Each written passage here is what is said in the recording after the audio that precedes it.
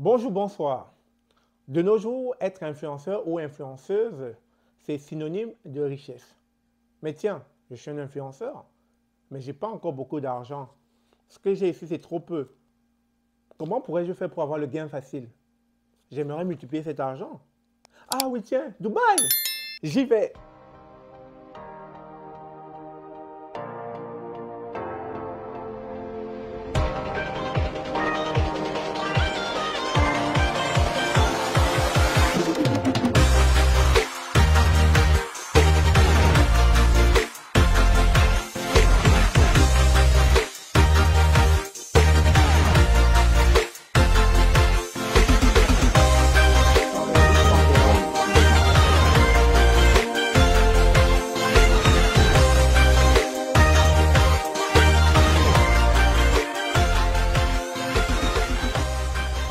Dubaï est une ville des Émirats arabes unis, une ville qui a été fondée le 9 juin 1883. Dubaï est un site touristique. Dubaï, de plus en plus, attire des influenceurs. Quasiment, je dirais, c'est la porte de l'Orient. C'est le lieu où vont très souvent les influenceurs.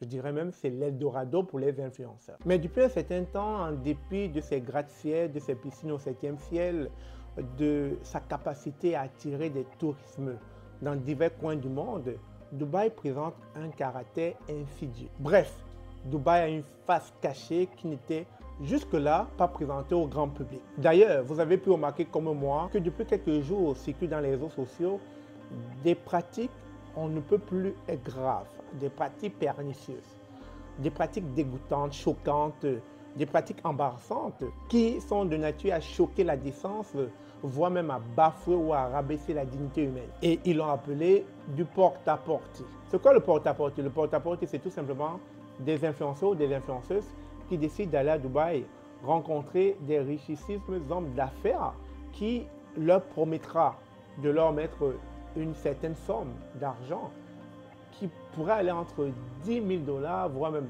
30 à 40 000 $, en échange, je dirais, des services sexuels. Mais seulement, ces services sexuels ne vont pas être standards, comme vous les connaissez.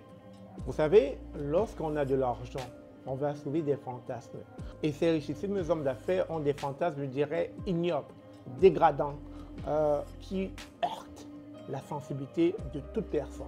Alors, je vous épargne les vidéos, je ne vous mettrai aucune vidéo aussi, mais c'est à couper le souffle. Jusqu'où on peut aller pour de l'argent. Alors, ces influenceuses ou influenceurs, comme vous voulez, parce qu'on ne parle pas encore des hommes, pour l'instant, on parle des femmes, ces influenceuses sont allées jusqu'à accepter de se faire déféquer dessus contre une certaine somme d'argent. C'est à quoi qu'on pourrait tout faire pour de l'argent dans ce monde, quitte à tuer ou à perdre sa dignité. Alors, face à ce constat, il est quasiment impossible de rester muet.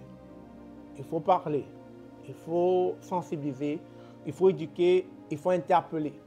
Alors, ces différents influenceurs ou influenceuses qui sont pris pour modèle dans leur pays respectif, dans leur pays d'origine, laissent une marque dégradante auprès de leurs abonnés ou bien de leur communauté. Parce que beaucoup des membres de leur communauté s'identifient à eux et peut-être ont pour objectif d'être comme eux demain ou d'être mieux que demain. Donc, lorsqu'on voit de telles pratiques qui sont consommées, qui sont faites sur le sol de Dubaï, on se poserait bien cette question, à quoi tout cela rythme? Où va notre bon sens, comme on aime bien le dire au Canada? À quoi tout cela rythme? Pour du gain facile, pour de l'argent facile, on est prêt jusqu'où? Jusqu'où on est prêt à aller pour de l'argent facile? Alors, pour ceux qui suivent ces chaînes au quotidien, c'est une interpellation, mais le seul conseil que je pourrais, avec humilité, passer, c'est prenez le temps d'être curieux, questionnez-vous, enquêtez, essayez à chaque fois d'en savoir davantage sur la personne qui est en face de vous. Je suis là devant vous, je vais peut-être à un moment donné vous montrer des choses luxueuses, du bling-bling, ou encore une sorte de vie qui n'est pas la mienne, mais prenez le temps de vous questionner et d'en savoir davantage parce que très souvent, Internet, nous sommes fake, nous sommes faux. Et dans cette fausseté-là, nous transmettons des mauvaises valeurs à des followers, à des personnes, à des abonnés qui nous suivent au quotidien. Et ce n'est pas le but. Le but, ce n'est pas de désorienter ou de détourner certaines personnes qui ont des belles valeurs et qui veulent réussir leur vie. Donc, face à cela, c'est le seul message que j'avais à passer. Prenez le temps d'être curieux des personnes qui vous entourent ou encore des personnes que vous suivez. Arrêtez de suivre comme des moutons. Je le dis, arrêtez de suivre comme des moutons. Parce que lorsqu'on va voir ces influenceurs revenir avec du bling bling, ou bien se pavaner devant les écrans, ou bien un peu comme je fais là, en montrant que oh, j'ai beaucoup d'argent là, c'est pas vrai. À la fin de la journée, il faut aller vous enquérir. Est-ce que cette personne, ce qu'elle dit est vrai? Est-ce que cette personne, elle est vraiment ce qu'elle dit dans ses vidéos? À partir de là, vous saurez s'il faille écouter ou pas cette personne. Parce que très souvent, on suit comme des moutons et comme on a vu ces personnes se pavaner ou bien nous montrer leurs biens, etc., des biens en fake, en fait, des faux biens qui ne sont pas les leurs, on a envie, on rêve, on a envie d'avoir ce genre de vie, c'est-à-dire d'acquérir le même genre de vie que ces personnes-là. Et pourtant, à la base, tout est faux. Tout a été conçu sur un château de cartes parce qu'à un moindre faux pas, comme à Dubaï, on a découvert le poteau rose. Directement, tout s'est effondré. Pour l'instant, on ne connaît pas réellement encore l'origine de la mort d'une des influenceuses que j'aurais appris hier qui se serait suicidée à Dubaï. Mais une fois que le poteau rose est découvert, vous voyez le mal profond que cela révèle auprès de sa propre dignité.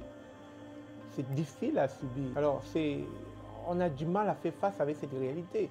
On a du mal à se regarder en face d'un miroir et se dire ah, c'est moi qui ai fait ça, c'est moi qui ai vécu ça. On a des traumatismes. À un moment donné, on se sent comme un déchet. Et on se demande, mais pourquoi j'ai fait ça? Est-ce que j'ai fait ça à cause de quelques dollars, de quelques milliers de dollars?